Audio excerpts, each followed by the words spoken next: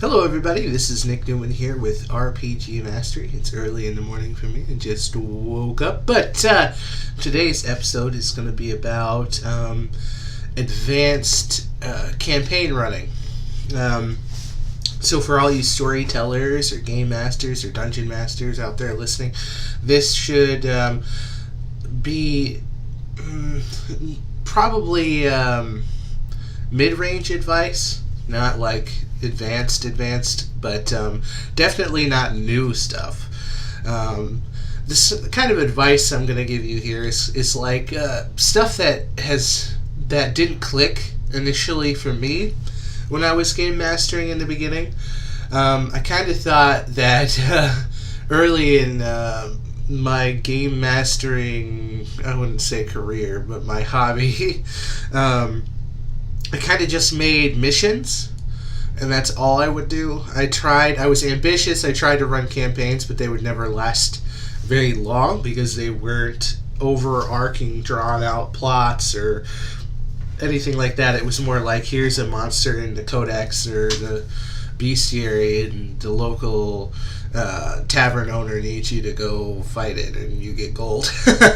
So that's how it used to be. And I was in a campaign with my friend who had this style of gaming that took it, this jamming style that took these games and like brought them to life big time. Like the way he ran it made us play when we weren't at the table, so we would talk to each other, message each other about the game and our plans and plots and all this stuff. And I wanted that. I wanted my players to be invested, and you don't get investment like that with just like a one shot, you know. So I was like, I was feverishly searching for answers on how to play advanced and how to make people get super emotionally invested and care about the next episode and what happened and the chain of events, you know. So I'm hoping that this advice will help you as a not a fledgling game master, but maybe a novice or a medium game master or something like that.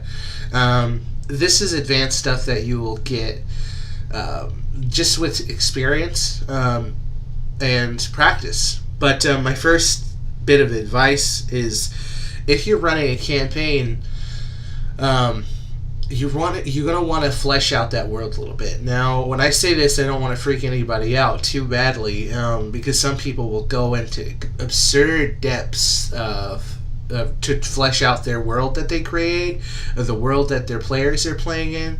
Like they'll go into such depths as, like, I knew a guy that would like write out like what exactly like the terrain was and like the biome and the environments of certain parts of his maps, and like he would like go as far as to like list like every NPC in a town, like every NPC, like he'd pre-generate them and stuff. And that's not what I'm talking about at all. I'm talking about fleshing out your world as a whole and fleshing it to the point that you feel good at basically not ad-libbing but bullshitting your way through it. If a player goes, or if a character goes to a location in your world, you know just enough about it to make the scene dynamic and engaging every time they go somewhere. And that's all you need. You don't need to completely like determine the whole fabric of reality and all this stuff. All you need is a general outline. For example, in my Star Wars campaign, which was crazy, it was two campaigns. It got a sequel campaign, and the sequel, I was like, these guys are so powerful, you know. It'd be cool if Jedis traveled the multiverse and went different places to become powerful. And I was like, how can I cross Star Wars and Dungeons and Dragons? So I made like an interdimensional transporter that some bad plague creature in Star Wars created, and the players went through a rift in space and time and got to this this world, and it was a D&D world. So there were Jedis in like a traditional medieval D&D campaign now. So they had to learn magic, and also their force powers were limited because it was a different universe or whatever. But it was cool, and they had lightsabers, and they loved it. It went on for several months, this campaign. So I'm quite proud of it. And I was worried at first it was going to botch, or I was going to botch it by mixing two different weird, strange canons, But long story short, I had a city that a war was going to be waged in. And the city was called Sangora, and that's all I knew, except I knew it was a city full of vampires. I was like, I want a city that's full of vampires. Everybody gets along in the city, blah blah blah. They're vampires, and that's all I knew. That's it. And when they got to the city, I created this idea that maybe the city is. I just came up with this stuff as we went. Like, the city is completely covered in a shroud of darkness, so it protects the denizens from the sun. And they prey on a little city and that's south of them, and I forgot what I named it or whatever. But I had thought about Magic the Gathering, Innistrad, and the idea that in Innistrad, you had the three factions: the werewolves, the vampires, and the humans. And the humans were just prey, and there's whole cities of humans that just tried to survive the nights and fight the beasts and stuff. And I was like, that'd be crazy if there was a little city that they harvested people from like they were cattle, But look, just like that, like stealing stuff from other games or other universes and just kind of melding it and folding it. All you need is a rough outline. I'm sure from the information I just gave you, you could run with that. Just make all kinds of stuff up on the spot, but it's important to write it down at the end of the session when you make stuff up like that, because the characters, if they're good players, they will take that canon to heart and they will never forget. They will never forget what the stuff you said. So make sure you write it down. The next thing I could say is if once you get the world fleshed out, like you've got the major cities and kind of the terrain just a little bit, and the next thing you want to do is make some characters, some NPCs. Now I start with the head honchos of the game. Like, I start with the villain. And after I start with the villain, I work on the villain's inner circle. So as they play the game, they basically fight lower tiered bosses and stuff, and challenges. And then they make their way up, finding like the big conspiracy at the top. And that's how I like to do campaigns. But I make characters next, and the characters at that point, I go into a little bit of detail about the characters. And some of the points I do, I make sure that I just write in my notebook character section, and I can refer to that constantly through the game. I write the name. I try to write alignment if I'm playing like D&D or something. Alignment's good, just not so much mechanically, just story wise. It gives you a quick idea, a frame of mind of how to play a character that you made, if you made them a long time ago and you forgot. Then I write what they want and I write what they hate. And that is plenty for a character. I try to write kind of what they look like too, just a brief description. And I'll use like celebrities, so I can have a quick snapshot image in my head when I read the note during a game session. So yeah, like for example, in my Jedi campaign, I had a god that was an important character, and he was the god of love, right? And I chose, my note was he looks like Sting, like from the Police, or the singer Sting. And there's a video out there of him, like, there are plenty of videos of Sting where he looks like some kind of angelic god, and I was like, that's perfect for my story.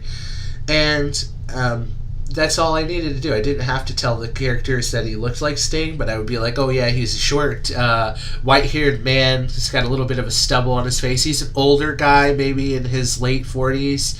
He's wearing what looks to be like white silky pajamas, and he's barefoot. And I got all that just from that small little note. So I didn't have to draw out an insane amount of detail. You know, that's a good campaign is balanced on a little bit of detail and a whole lot more of improv. So just keep that in mind. You don't want to write a book. Maybe you want to write a book after. And let's see, the next day you make some characters, and then you make some missions. Okay, this is good. What's great about just writing up random missions and stuff is I keep a mission section in my book. This is the flame, or this is the fuel that feeds the fire of freedom for your characters, okay? Because you make several missions up and have it to where these missions are set in such a way that any given time the characters are bored, they can present themselves to the players. You know what I'm saying? So, like, for example, I'm doing Vampire the Masquerade right now. I've got several missions ready for them. And this is LA that this campaign is being ran in. And all my players are vampires, of course. But I made up several missions. Like, for example, one mission is the Camarilla wants to find out what's going on with these grave robberies. And I kind of write a quick character description, like, okay, this is the guy. There's one vampire who's a necromancer who keeps stealing bodies from this local cemetery, and he's using them for experiments. And it turns out he's part of the Giovanni clan, and he's stealing particular bodies for some kind of reason. Like, that's the mission.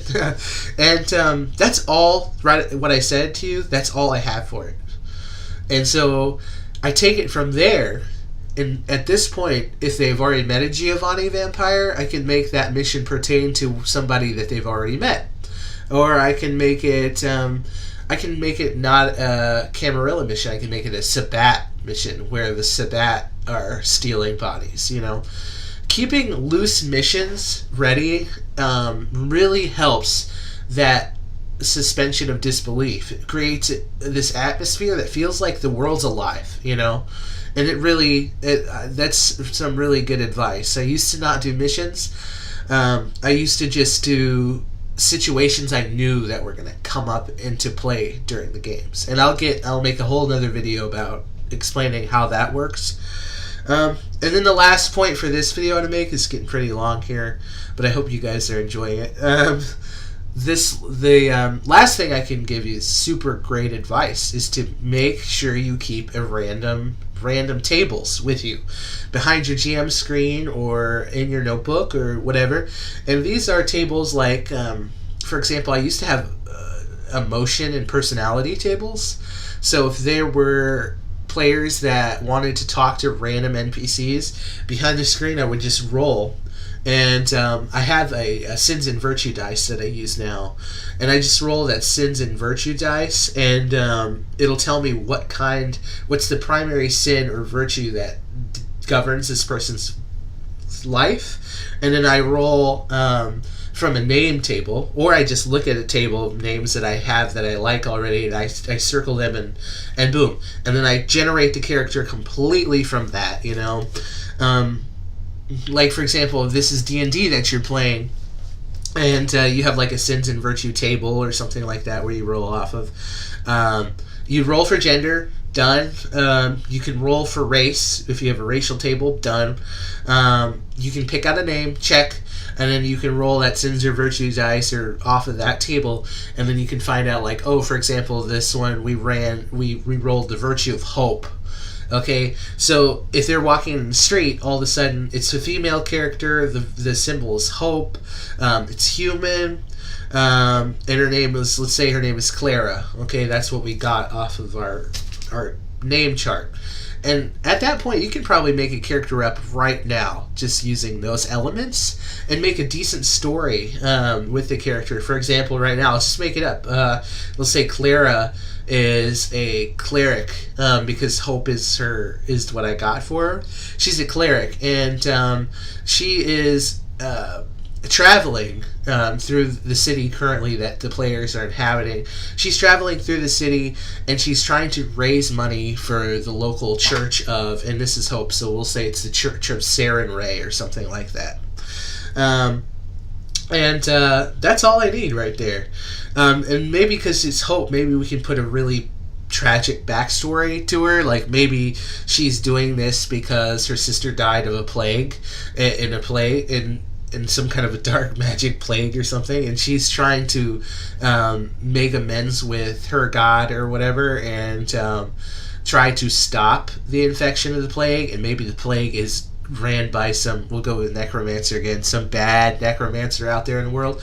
Boom, we have a character, and if the players interact with her long enough, we've got a mission now. It's like find the necromancer that killed Clara's sister. Ta-da! That's how you do it. That's advanced game mastering. It's not easy to do, and it's not easy to wrap your mind around, but confidence is key, and I know you can do it. Like, I know you can, because I used to think I couldn't. But once you get to that point, it's going to create this organic thing, and it's going to provide the feeling of freedom. I cannot stress enough the importance of freedom to your players. And if that's all you take away from this lesson, then congratulations, you're already better than half of the people that you know that are game masters, just knowing that. But this is running on a little long. Thank you very much for watching. My name is Nick Newman with RPG Mastery. Please comment, like, and subscribe.